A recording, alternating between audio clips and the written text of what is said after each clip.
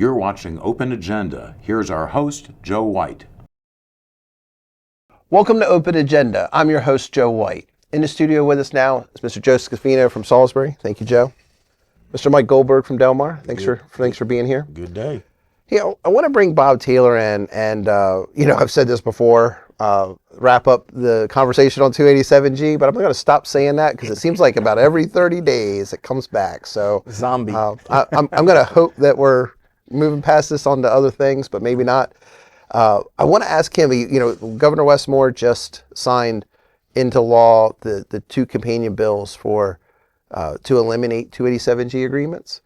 We've heard some sheriff's officers of the eight counties plus us that have agreements saying that they were going to sue, and maybe some of that rhetoric has been backed down. I'd like to ask Bob what the process was to get to this point, and what does he really see for the future of this. So, Mike, would you stick around, talk to him? I would be more than happy to. Joe, I'll ask you to come back after Bob's here because I'd like to get your insight, because I know you've been at just about every county council meeting when all these folks have been coming through here, and I want to ask you about that. Yep.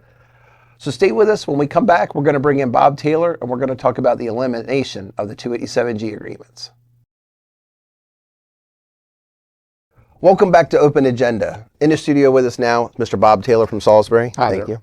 Mr. Mike Goldberg from Delmar. Thank you. Yes, sir. So Bob, right now we're right in the midst of the Maryland General Assembly session. Of the 90 days, we're only about 30 some days in. A little over a third. Yeah. And you had some interesting facts. I want you to tell us, what are they considering and where are they at? Well, they get so many bills that it's unimaginable. There are, I think, there's 1,600 in the House, and there's almost 1,000 in the Senate. Wow. So, and then there's some other items too that they have to consider that aren't bills. They've passed so far 2 bills. And I want to talk about those 2 bills. They pertain to ICE, the ICE legislation, and that's all. Yeah. So now for the rest of the session, a little over half, they're going to have to dispose of these other bills. Yeah. Many of them will die in committee. Okay. So they're not all going to get full votes. Yeah. But a good many of them are. And of course, they still have to do the budget. Well, let's talk about the 2 pieces of legislation they have passed, and they pertain to the 287G agreements that they're outlawing the counties to sign, the 9 counties. They're companion bills. They've both been signed by the governor this week, so they're now essentially in effect. Now, the bills themselves are emergency and say they take effect immediately. One article I read on Maryland Matters, which is a pretty reliable source, says that there's 90 days in which to terminate ICE agreements that are in effect. And is that, you were talking to me before about this is possible for if people want to get enough signatures to put it on a referendum? I don't know why. I went in and checked the timing for referendum, and it doesn't sync with the 90 days, so I don't know where that comes from. Okay. But in any event, we now have in Wicomico County, of course, we have an ICE agreement. That's been signed by both the county executive and also by ICE. So it's in force, and that would be one of the ones that's subject to termination. She is pulled out of that now, is my understanding. Well, I haven't, because of the legislation. I've heard that. I haven't seen anything in writing. She sent a letter to ICE, but and she requested in that letter the procedures by which they can terminate the recently signed agreement. Yeah. They could still have informal agreements. Well, and they've talked about that, right? And this is the interesting thing. Both before last fall, when this was kicking around at the county council, both Giordano and the spokesman from ICE, who was at one of the meetings Peter by Maduro. Zoom, they both said that, well, if we don't have a 287G agreement, what's the difference going to be? Well, there won't be any. Except for the amount of time. The only thing that I could see, parsing that, would be that under a 287G agreement that was proposed and was signed actually this past week or so, the county would extend for 48 hours holding someone who ICE wants to pick up, so that 48 hours beyond the time when that person would ordinarily be released from the jail. So that gives ICE some leeway to come and get the person within that 48-hour period. Now, as I understand it, they talk with ICE informally. There's no written agreement. And they let ICE know, here we have certain people here. They're going to be released at a certain time. And if you want to come get them, be here at that time. And you referenced it in one of our episodes last fall, Baltimore County, which did not have a 287G agreement. You found documentation that they had an informal agreement with And ICE. I think there's more than Baltimore County. I think Montgomery County has been doing something like this. And they can hold them for 4 hours with an informal agreement. I don't know about the 4 hours, but in any event, there are counties that are doing this. And the sheriffs of the 8 counties that have ICE agreements with the sheriffs have said they're going to continue doing something like this. So in a way, I think this whole thing may have been a tempest in a teapot. Because if you can do this anyway, now I will have to say this, if you'll remember last fall, when we were discussing this at County Council, there was reference to 2 Attorney General opinions. I'm talking about the Attorney General of Maryland, Anthony Brown, saying in effect, no, you can't have any dealings with ICE. And one of those came out in April of 2025, and then the other one was a reminder of that. I think it came out in October of 2025. August, September, somewhere in there. And if you'll recall, the Sheriff Lewis, and I think other sheriffs have said, no, he's not reading the law correctly. You can't tell us what to do. So I don't know where that stands and what's going to happen. So to some extent, it's still an open matter. Mike, you and I went to the press conference where the county executive laid out her reasoning to enter into the warrant service officer model. Now you hear we have to go back to just more of an informal agreement. I mean, where do you stand on where we're at, not just from a state perspective, but a county perspective? As was just mentioned, we can still cooperate with ICE. It's just a matter of when you have intake of inmates or detainees, for lack of a better term, and it's just a matter of making that information available to ICE. You know, if there's somebody who's on their radar, then ICE just has to come and pick them up before they are released. I don't know how the state can prevent the sheriff or the county from cooperating with federal law enforcement agencies informally. That would seem it would seem an overreach. Well, right? of course it is, and I think it would be very counterproductive. So I just don't understand what their reasoning is on that. But I have not seen anything that would lead me to believe that the county would be barred from cooperating informally with federal law enforcement agencies. We learned at county executive's press conference back at the end of January the difference, her interpretation of the difference between a jail enforcement model and the warrant service officer model. Wacomico County was only ever going to enter into the warrant service officer model, which actually means ICE has to let us know that they're looking for individual A, B, and C. A lot of us saw the advantages of the jail enforcement model because everybody is screened. No one is picked out because of their skin color or just a feeling or profiled or anything. But most certainly, it sounds like the 8 counties who had that kind of agreement won't be able to continue with that type of. Well, they'll be stuck out too. But informally, I don't see what will stop the counties from transmitting information on who they have detained to the federal government. And then it's up to ICE to take the action. It just won't be county employees, corrections officers, or sheriff's deputies who are taking. From a law enforcement perspective, I think the only difference is that ICE has to be there when they're released. And apparently, according to Giordano, there have been some instances where ICE was not there for whatever reason. It's possible. Yeah. I mean, look, there's always going to be something that's going to slip through the cracks. Yeah. But with all of the federal funding that ICE has gotten, recently, they should be able to allocate 1 or 2 guys in this jurisdiction to go to the corrections facility to pick up an illegal. Well, there could be. I mean, for example, if somebody is in the jail and charged, and they decide to drop the charges, and he would be released, I assume, immediately. That might be a situation where it's hard for ICE to be there at that time. From a legal aspect, looking in your crystal ball, What do you think is next? Well, I think, are they now going to challenge, meaning the sheriffs or Giordano or both, are they going to challenge the state legislation as being unconstitutional or a violation of federal law under the Supremacy Clause, pardon me? I don't think they are. It sounds like they're backing off on that. And I would point out that I think there are 8 other states that have a similar prohibition on ICE agreements, 287G agreements, and I don't think any of them have ever been challenged.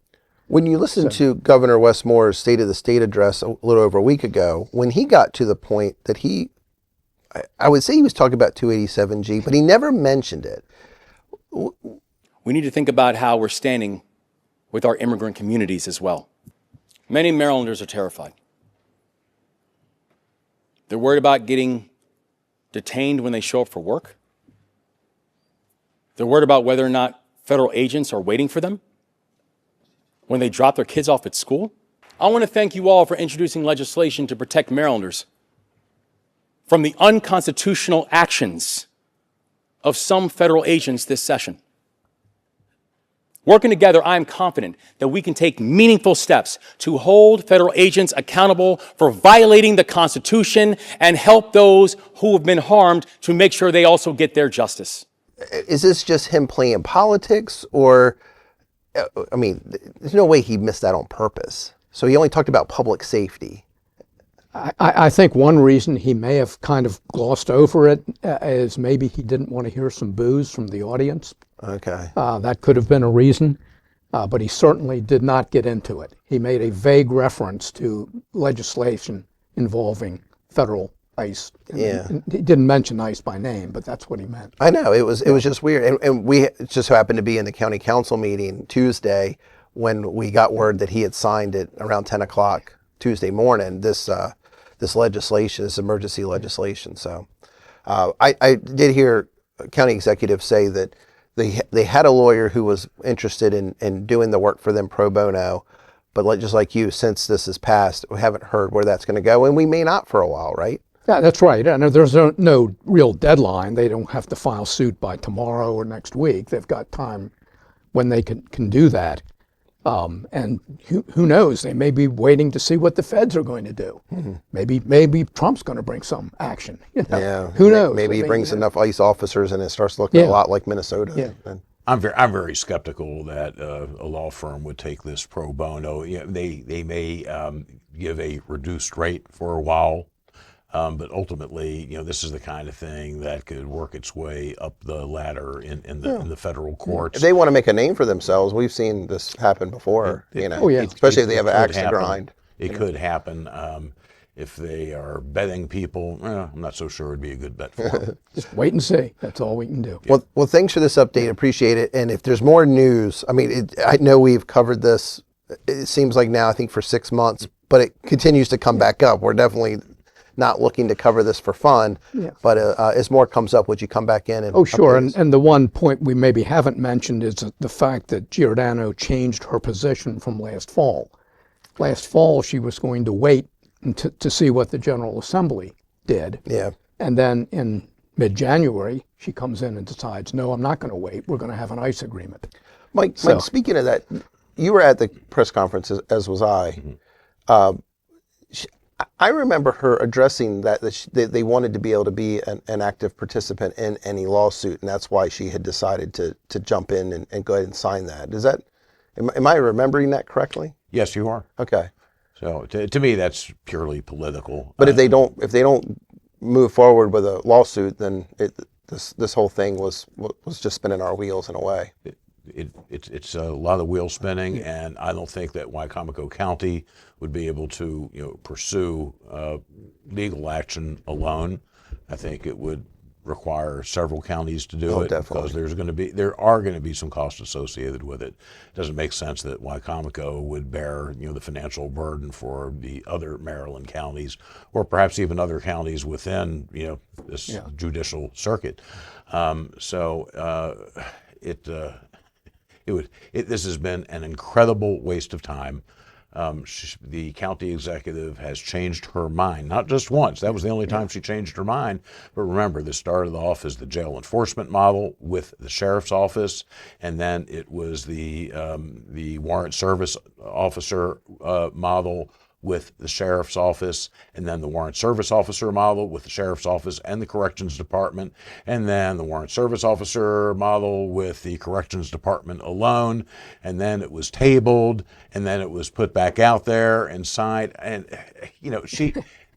this executive has switched gears so many times that I can see the metal filings from the gears grinding. We're back to where we were. Yeah, you're right back to and where you've we skipped started. over the press release she issued in September that essentially said, "Oh, we have an agreement," and that drew a response by Andy Harris saying, "Congratulations, what a good idea." And there was no agreement at that point Yeah. in time. And now the letter that she sent to ICE just a few short days ago, that was purely political. All that letter had to say is, because of the this recent legislation being passed in Annapolis, we have to terminate our agreement. But she turned it into a political diatribe. And that's falling on deaf ears because ICE doesn't care about the politics. There's either an agreement or there's not. So that letter that she wrote to ICE, that wasn't really intended for ICE. It was intended for everybody else, though. And I just think There's an overall political view on this, too. I mean, we're now facing a tight state budget, and we have a county executive that's essentially at loggerheads to most of the state legislature and the gubernatorial administration on this and other matters.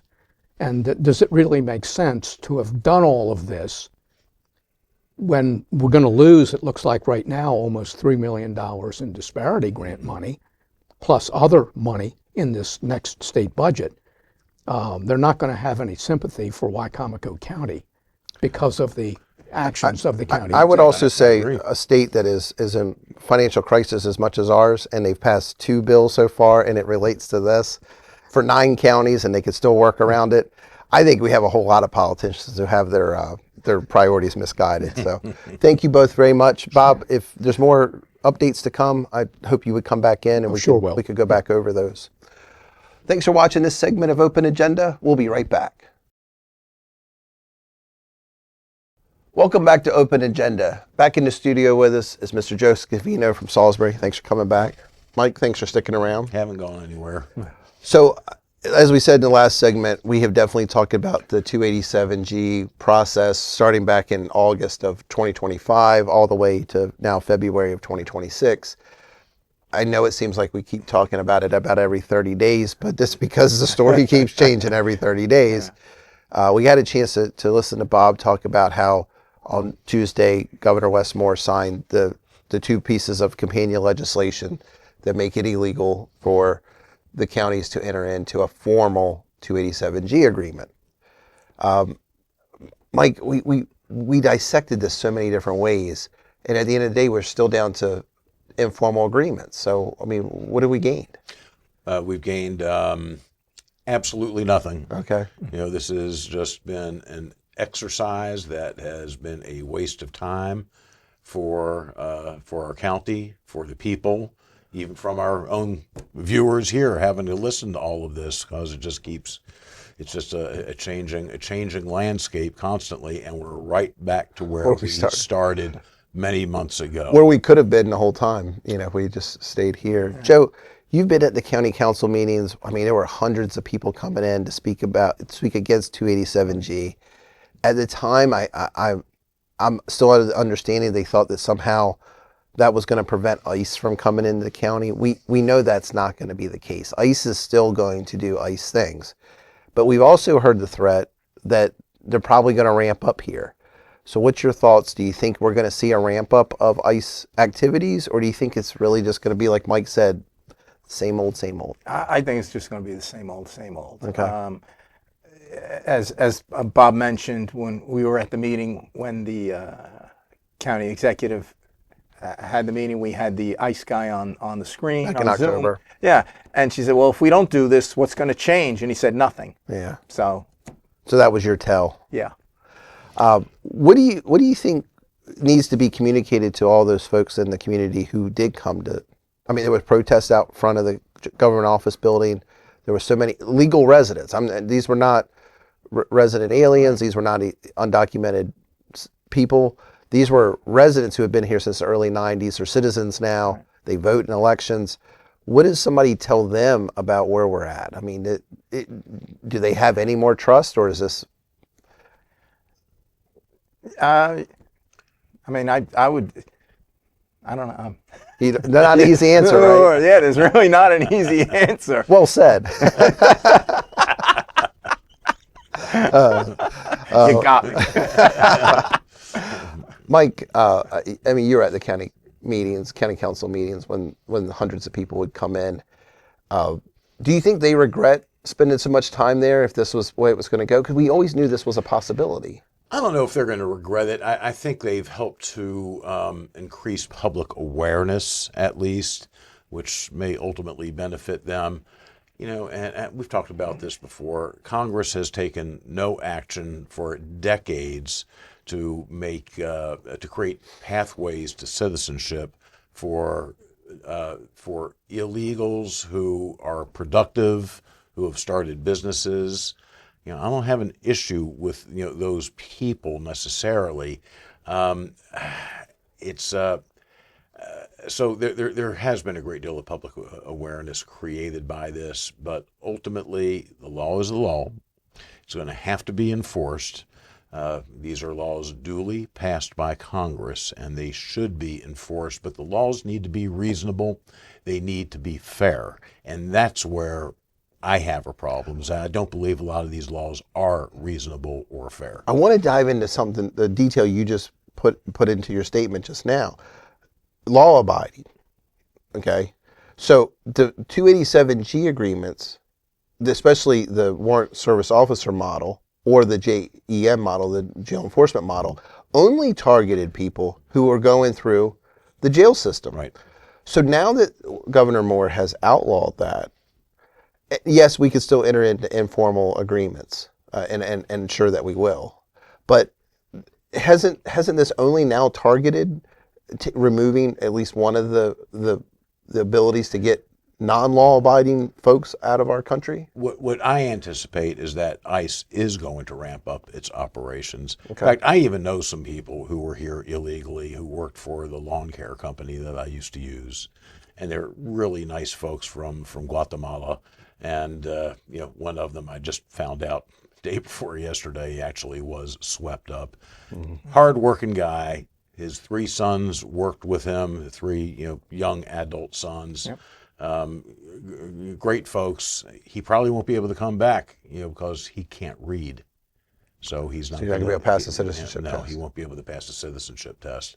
But just the hardest working guys I've ever seen. Mm-hmm. They really are. Well, honestly, if you do get deported for breaking the law to be here illegally, it's going to be very hard for you to come back. It is. Yeah. But again, the law is the law, but the law needs to be reasonable. And the other thing is, every single one of them are entitled to due process hearing, and they're not getting it. Yeah, and when we did the young lady who was swept up out in front of Pinehurst Elementary School, right down the street from me. Yeah, I had 2 issues with that case. I understand that they're doing their job, but one, if they suspected that she was violent enough that they needed 6 or 7 officers to take her into custody, why do it adjacent to school property during school hours, especially a drop off? But 2, there was a point in time when it wasn't even known where she was to make sure she had representation. Now, eventually she did get her hearing, but it did take several weeks. And we've seen mistakes get made. I mean, there are people who have been legal citizens who have accidentally got swept up. If there's quick due process and mistakes are made, that's one thing. But if it's delayed, then you can't bring that back. No, and getting to what Mike said, I understand 287G's been around since '91, and it was nobody really paid it. It was just taken care of. I think the current administration has made a spectacle of it. we never had masked, armed agents swarming in our cities and streets. And I think that is what got everybody upset. But conversely, we've also never had such an overwhelming number of people crossing our border illegally as did occur throughout the 4 years of the Biden administration. So we're trying to rectify an issue and maybe snowball it into another issue. At the end of the day, we're talking about things like due process and safety, and I think everybody can agree that they should be the moral goals we're going for. Right. So Well, the pendulum's just swinging from one side where Biden just opened the doors, born in sin, come on in. And now it's gone the other way where, the current president is, trying to take out everybody who came here illegally. I hope at some point in time that we stop governing from the extremes, whether it's left or right. Let's move back to the middle. Let's move back to some common sense. Yeah. Yep. Well, thank you both. I appreciate your insight into this. Thanks for watching this episode of Open Agenda. We'll be back later this week with another new episode.